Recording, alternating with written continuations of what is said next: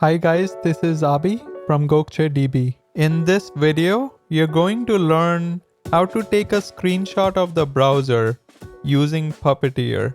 Let's start by looking at the code. On line 8, I'm going to wikipedia.org/wiki/javascript.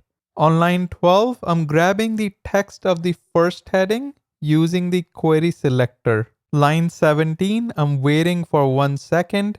And on line 20, I'm asserting that the page heading is equal to JavaScript. Finally, on line 23, I'm taking a screenshot before closing the page and the web browser. Let's run this script to see how the execution looks like. It seemed to have worked as expected, and I can see the screenshot getting generated as well.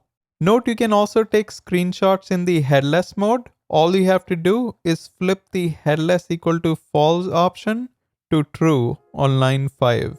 Finally, on line 20, if I change the expected value to Java from JavaScript, our script should fail due to an assertion error. There you have it. Make sure you like, subscribe, and turn on the notification bell. Until next time.